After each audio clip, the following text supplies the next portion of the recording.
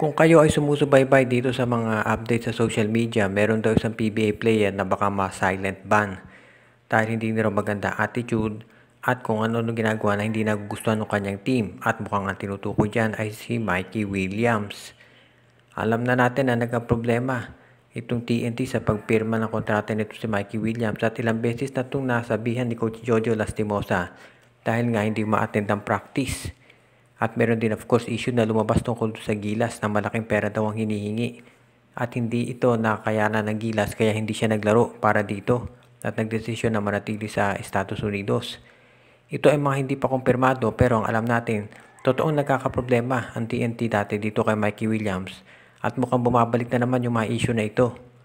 Dahil dito lumalakas yung spekulasyon na baka mangyari dito kay Mikey Williams ay katulad nung nangyari kay Terence Romeo. Kung inyo magugunit na ito si Terence Romeo, tinrade ng Global Port dati dito sa TNT kapalit ni Motau Tua. Ang nangyari nga lang, hindi rin nagtagal itong si Romeo dito sa TNT dahil may mga, sabihin na natin hindi sila masyadong nagkasundo pagdating sa iba't ibang bagay. At ang nangyari, ito si Romeo na trade sa San Miguel Beer. Kaya ang tingin ngayon ng karamihan, hindi kaya ganun din ang mangyari dito. Ito si Mikey Williams eventually ay i-trade sa SMC. Baka sa San Miguel mapunta. Ang tanong naman ng karamihan, bakit naman iti-trade nitong TNT, ito si Mikey Williams sa San Miguel, yung kanilang kalaban? Well, obviously, kung mataas ang salary ni Mikey Williams at alam natin na mataas talaga yan, hindi siya kayang i-afford ng mga independent teams.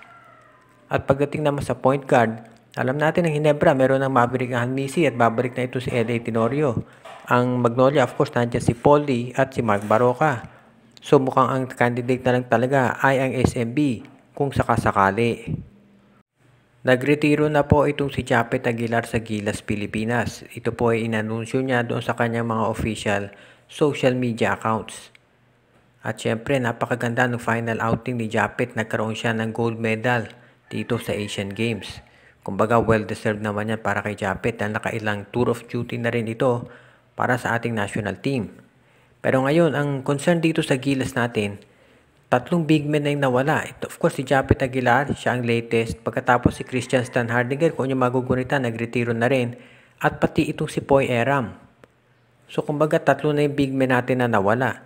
Siyempre, nandyan pa rin to sila AJ Edu, tsaka si Kai Soto. Pero sila ay hindi naman nagiging palaging available sa Asian Games dahil siyempre, meron silang commitment to sa mga teams nila sa Japan.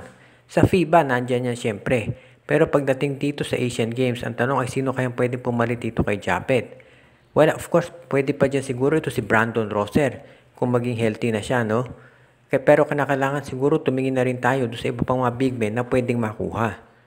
Pero balik dito kay Japet, nag-retire na siya sa Gilas pero syempre sa Barangay Ginebra ay tuloy-tuloy pa rin yan.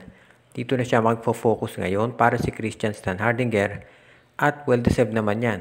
At alam natin, ito si Japet, hindi na rin bumabata, nagkakaroon na rin ng mga injuries at siguro hindi na rin kaya nung katawan niya yung magte-training ka sa Ginebra tapos magte-training ka sa Gilas at ang dami na rin niyang naiambag kumbaga dito sa Gilas, Pilipinas. So well-deserved na yung retirement niya dyan.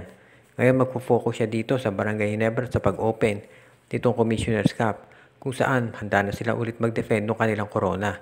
Pagdating naman dito sa Gilas, kailangan ngayon palang humanap na tayo ng iba pang big men bukod dito kay Brandon Rosser na pwedeng tumulong sa paglakas ng ating front court para sa susunod na Asian Games ay may depensahan natin ang ating gold medal at corona. Good news ito sa Barangay Ginebra at binigyan na ng 2-year contract itong si Jamie Malonzo. Hindi pa nag-expire actually ang kontrata niya pero nirenew na ito ng Ginebra sa maagang panahon at mabuti yan syempre. Kasi of course, siguro ang tinitignan dito ng Ginebra ay inaagapan nila dahil baka merong ibang Japan B-League team na mag-offer dyan ng kontrata. Hindi din-disclose yung terms pero alam natin syempre malamang maximum salary itong si Malonzo. At ever since naman nung lumipat siya sa Barangay Ginebra, nakita na natin kung ano na itulong niya dito para manalo sila. Kaya sa ngayon, asahan natin na sa ilalim ni Coach Tim Cone, lalong gaganda ang magiging performance nitong si Jamie Malonzo. At kung makabalik na nga si Jeremiah Gray, lalong lalakas yung lineup ng Gene Kings. Sa ngayon, kailangan din natin tignan, of course, ito si Jamie Malonzo, hindi na sa Barangay Ginebra, kung hindi, may future din niya sa Gilas, Pilipinas. Medyo nag-struggle siya noong una niyang outing, pero understandable naman yun. Tandaan natin si Junmar, nag-struggle din yan nung unang outing niya sa Gilas, pero nakita natin ang laki na ng improvement niya ngayon at isa niya siya doon sa mga top players ng ating lineup. Umaasa ako na si Jamie Malonzo ganun din. Habang tumatagal niya sa Gilas at nagkakaroon ng experience, lalong lalabas yung husay niyan. At syempre dahil sa height at sa athleticism niya, pwede siya na maging threat sa outside at most important yung perimeter defense niya, yun talaga maasahan. Diyan kay Jamie Malonzo, lalo na kapag kalaban natin ay mga international players. Sa Barangay Ginebra, syempre, alam niyo na kung ano may itulong nito si Jamie Malonzo.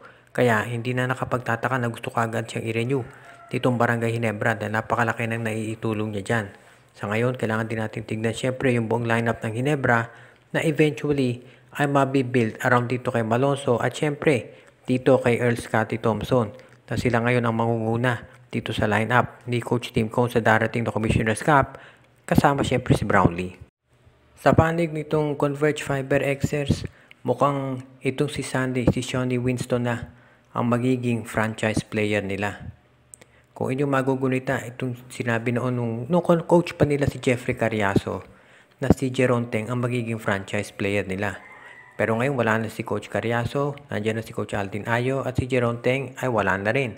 Pati ito si Maverick Misi.